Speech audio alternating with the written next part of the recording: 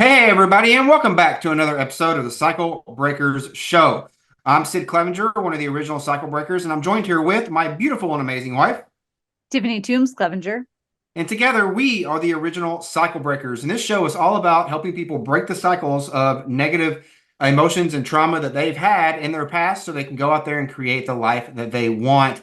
And in today's episode, we're going to be talking about narcissists. And the perception is that there's a lot more narcissists in this world, but Tiffany has a surprise for you. And she's going to be talking to you a lot about that today. And it's interesting because Tiffany, when I first met you, I didn't even know what a narcissist was. You started using this word, and I was like, oh, well, Tiffany's just a little bit of a witch. So she's making up this weird word and I don't know what it means. And it's all completely BS. And, I'm just going to let her talk.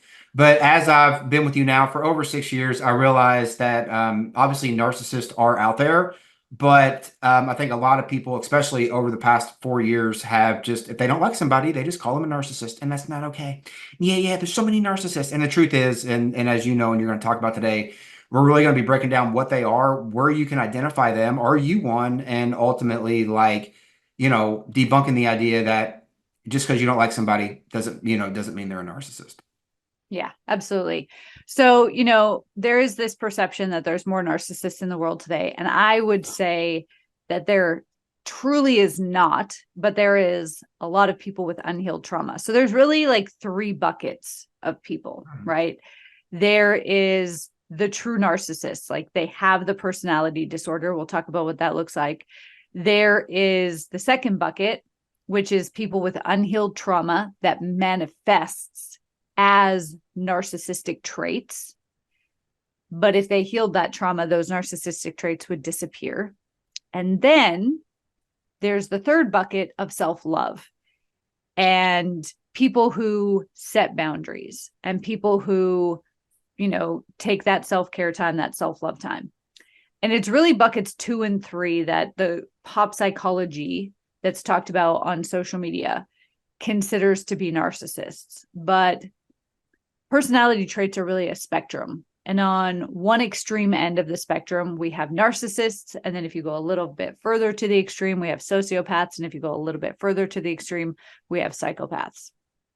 So there are 9 distinct traits that make up somebody who truly has narcissistic personality disorder. And I'm going to say, in listening to this, you will be tempted, if you haven't done some healing work, or maybe you're at the beginning of your healing journey, right? It's very sexy to be like, oh yeah, I'm going to unconsciously alter my perception of the world to be like, that person is a narcissist. But we have to have a self-awareness of, is it my perception that this person did these things, or did this person actually do these things? Right? Do they do it to other people too? Because a narcissist isn't going to just do this to you and not to other people as well. So, number 1 is a grandiose sense of self-importance. So they have a very big idea, elaborate idea of their own greatness. Would you throw that in the bucket of ego? Yeah. So in like today's world, people would say that they're kind of egomaniacs, or they're very egotistical. They have fantasies about what they have and what they deserve.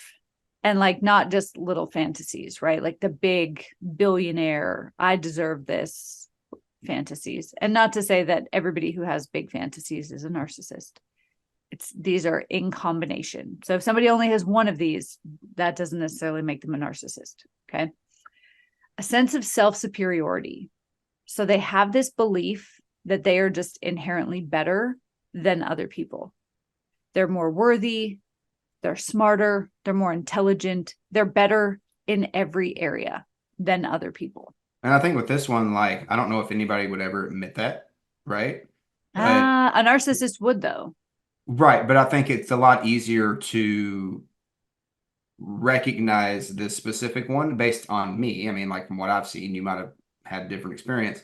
But for me, I've always been able to easily recognize this based on someone's actions around Yeah. people How they treat than other being people. like them saying that out loud. Yeah. They might only say it out loud around people that they feel comfortable with, but how they treat others, right? How they treat the people that can quote unquote do nothing for them, the janitors, the, hospitality staff, things like that.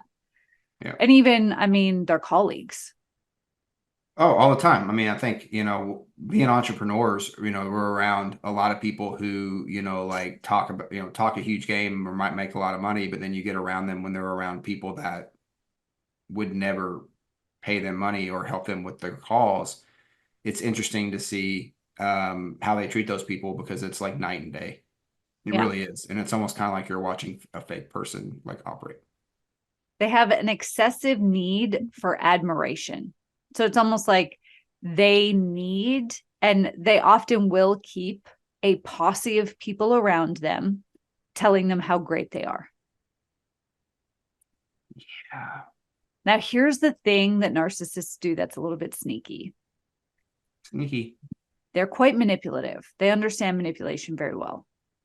And what narcissists will do with that posse of people that they keep around them is they will sometimes play the victim to get the posse to reinforce their greatness, right? So they'll be like, oh, this person is saying I'm a fraud, or this person said this. And then the posse will kind of jump to their defense and be like, no, you're amazing. You're awesome, right? And then it's almost like they fish for the compliments. We've seen that once or twice with some pretty decently sized big names on the internet. I'll leave it at that. They have a sense of entitlement, right? Mm-hmm. So they just deserve to be in the top spot, or they deserve, whatever it is. Even if they don't. The next two are really the ones to look for. Mm-hmm. So I'm going to give them to you together. Together. Do it. They tend to exploit other people for their own gain without feeling any guilt or remorse. They have a lack of empathy for other people. So they exploit other people, use them for their own gain, and then they have a lack of any negative feelings about that, right? Like a psychopath, if we look at like a Ted Bundy, or, there's a guy who recently was just sentenced to the death penalty for horrifically, brutally murdering these two women. His name's Wade Wilson, I think it was. And he sat in the courtroom without any remorse, like just straight face, didn't care, right? That's a psychopath.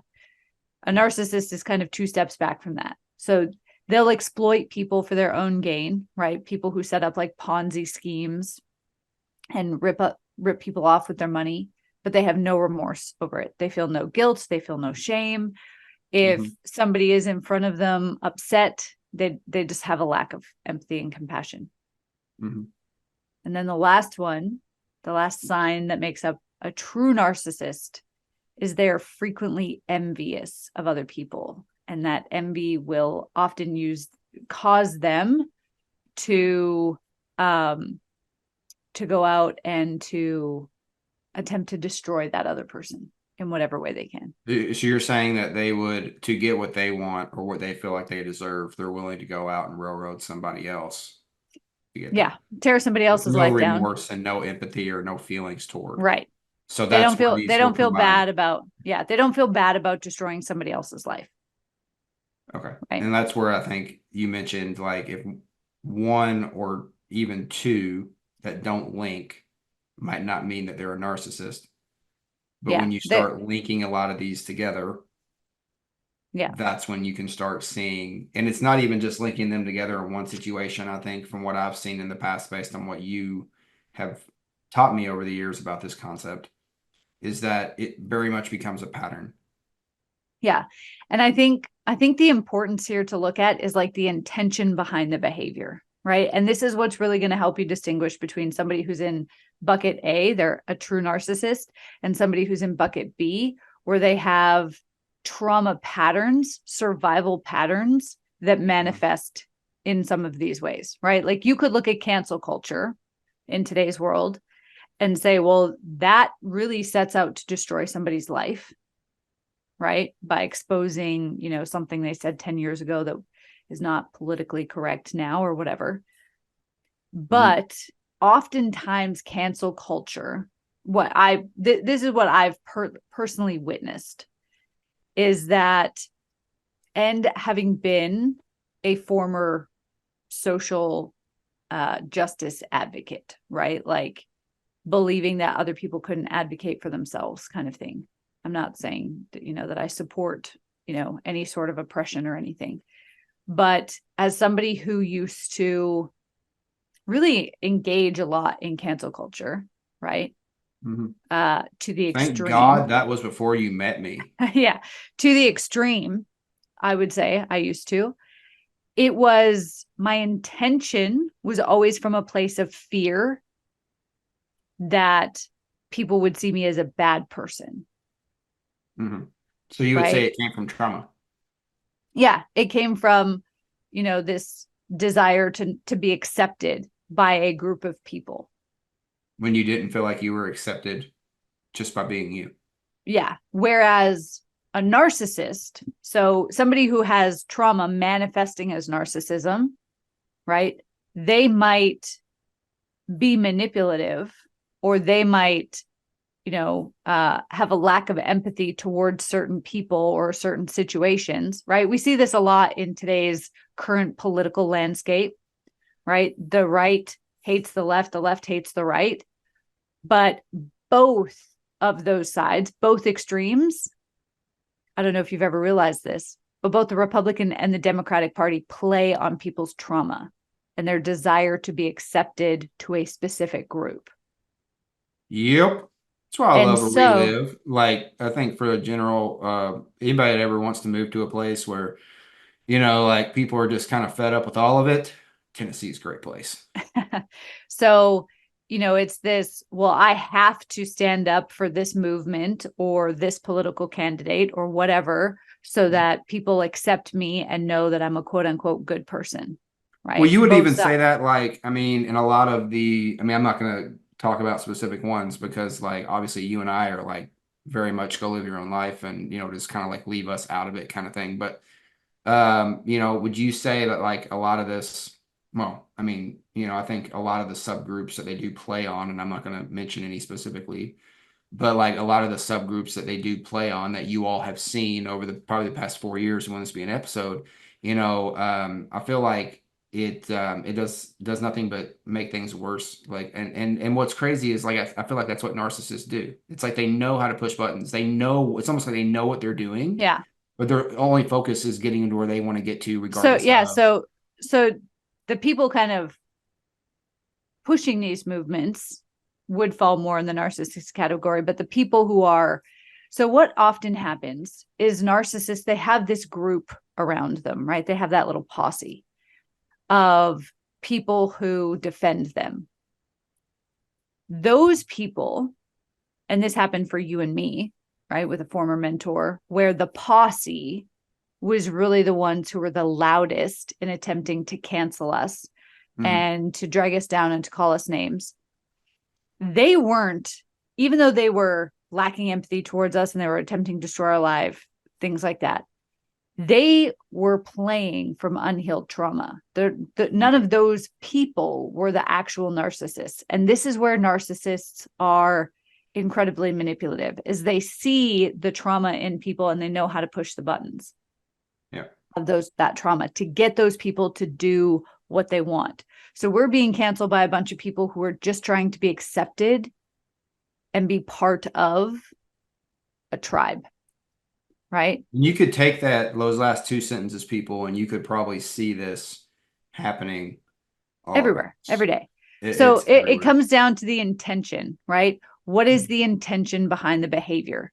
What's the, and then whereas a narcissist, the intention behind destroying somebody's life or, lacking compassion and empathy, being manipulative, it's not about survival. It's about them positioning themselves in like, as far ahead of other people as they can.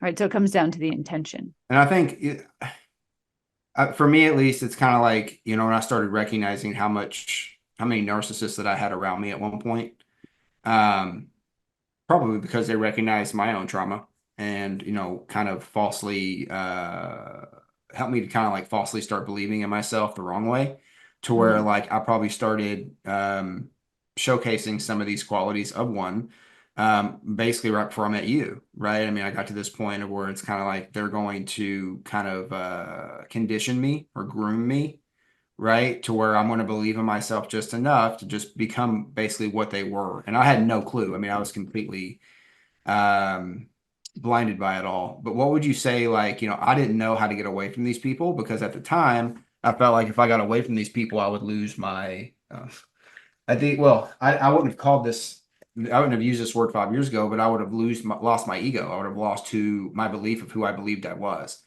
Yeah. And you And would have lost your tribe. You were yeah, terrified at the time that I met you. You were terrified of not being surrounded by hundreds of people, yeah, all the time. right? Like I Because had to of your have that group of trauma. people that consistently, quote unquote, what I thought was built me up. But what I found was built me up on basically a house of cards. Yeah. But that was, so you were in the second bucket. You were operating from an intention of like trauma survival mode, Yeah. right? Where some of the actual narcissists that you had around you, they were operating from an intention of control. If I Yep. control these people, then I'm always going to be on top, right? Yeah. I mean, I was So definitely, I was a defender for, I mean, we're not going to mention his name, but I was a defender for that guy. Like, yeah, people attacked me you were and I part of would the keep people posse. away from him. Yeah. Yeah, you were part of the posse. So what we want people to understand is that 9 times out of 10, unless somebody is displaying multiple of these traits that we've just shared, it's unlikely that they are a true narcissist. Now, I'm not saying if somebody's in bucket 2 where they have the unhealed trauma that's manifesting in narcissistic patterns that you should hang around that person, or that you should attempt to change that person. That person's going to change when they're ready to, right? Pain is our greatest catalyst for change. And so for you, what happened for you when I first met you, you were like, oh, I'm good, I don't have trauma. And then the pain point hit where you were like, I can't continue down this same way. I have to make change. Yeah. I got to a For, point to where I thought I was dying. yeah, I mean, for somebody who's in bucket 2, they're going to need pain to give them the courage to face those inner demons. Yeah. And so you do have to set boundaries. You might have to take those people out of your life, but ultimately it's about understanding they're not truly a narcissist in the clinical definition of the term, but they have narcissistic tendencies. Yep. And Or do you think,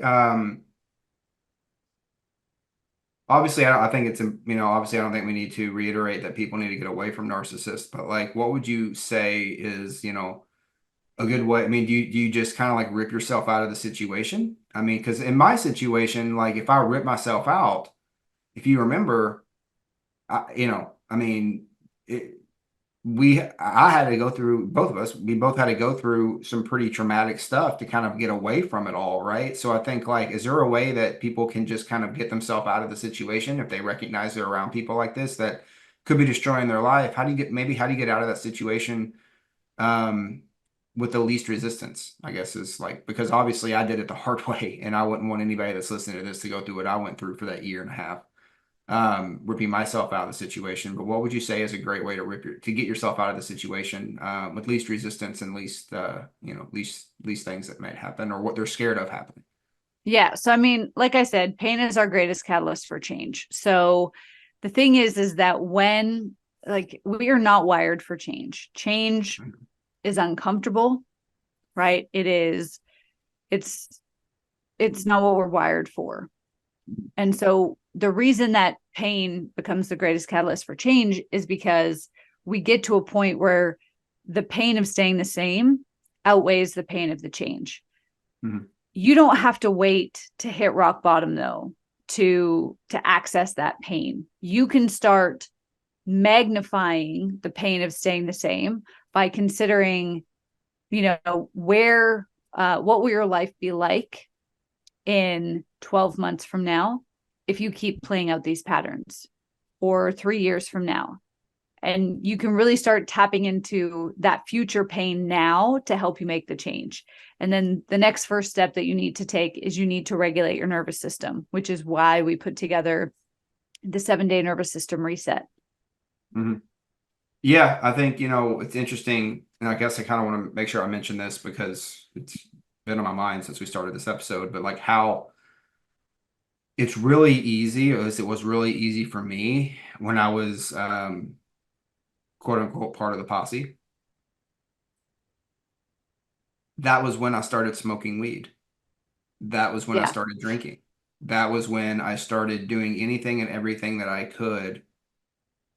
It was almost kind of like internally, because I do want to believe that I had a good heart. Like I never actually was intending to like hurt anybody. I think like you saw that when I met you. Like there was no, but at the same time, I was being manipulated and I was being controlled. And Yeah. I didn't recognize it. And I think it's important for people to understand that if you're not careful, if you do get caught in this type of environment, like I was, and you're not careful about, you're going to notice that you will start doing things that are going to do nothing but, what's the word I'm looking for? You do nothing but like, almost make, I can't think of the word, but like make what you're going through, the trauma that you're going through, bigger. Because all smoking weed did for me and all drinking did for me was highlight my trauma even more, which then sucked me into that posse even worse. So I think that was a huge sign looking from the outside in now of like something I did to try to cope, but I didn't know how to cope, and I just got deeper and deeper and deeper. Yeah, because you were acting out of alignment with who your true self is, you needed numbing techniques. Any addiction, whether it's marijuana or alcohol or gaming or social media or sex or porn or whatever it is, any addiction is linked back to hiding from and numbing out our trauma. So anybody who has any addiction, I don't care what they say, they have unresolved trauma that they need to work through. Yeah. So I mean, like I think it's one of those things. I think it's real easy to get sucked into it because I got sucked into it. So I'm looking at it from obviously, 2020 vision years after it happened. But I just want to make people very aware that like, if you're going through something that is rough and you get caught into something like this, where you're involved with someone who is a narcissistic personality or has this disorder, it can really make what you're going through a lot worse without you even knowing it. And then before you know it, you're caught in a very deep hole that is a lot deeper than what you were lost in before. So I think it's very important that if you believe that you're around anybody that acts like this, to get them out of your life, because my healing was really unable to start. My cycle breaker journey of getting over my trauma in the very early stages of things was unable to start when I had narcissists in my life. And I wasn't able to get rid of the tendencies that I started falling into until I got the narcissist out of my life. And I think that it's important because for me at least, I don't know, there's no way I would be sitting in this chair in the Smoky Mountains on 97 acres of land with a son, you still in my life, you would have left me by now. Like, let's be real, you would have left me by now. If I had continued to go down that path, and with all the things that I just mentioned, it would have been nothing but repeating the same story that I'd already lived with previous relationships and previous things that had happened in my life, just at a bigger scale. So I think like if you have these people in your life, you got to get out of it. You got to get rid of them. It's not worth it. Absolutely. And like I said, the first step that's going to make it all so much easier is regulating the nervous system. So go to resetmysystem.com/reset. That link will also be in the show notes and the description for you just to click on and find it. But do get that, start regulating your nervous system. It's going to let you get out of those situations with so much more ease. That's it for us today. Thank you all so much for joining us. We will be back soon with another episode and another powerful interview. Until then, take some action today to break the old cycles in your life so you can create the life that you want. Yep. Down there in the description. See you next time. Thank you for joining us for this episode of The Cycle Breakers. This channel is dedicated to giving you the tools that you need to clear out the blocks holding you back so you can live the life that you desire. Now, before you go, as our special gift to you, we have our 7-day nervous system reset. These are the exact exercises that I give all of our clients in every single one of our programs to help them regulate their nervous system, to make that inner work and clearing out those mental blocks so much easier. The best part, it's absolutely free. Just click on the link in the description below and you'll get instant access.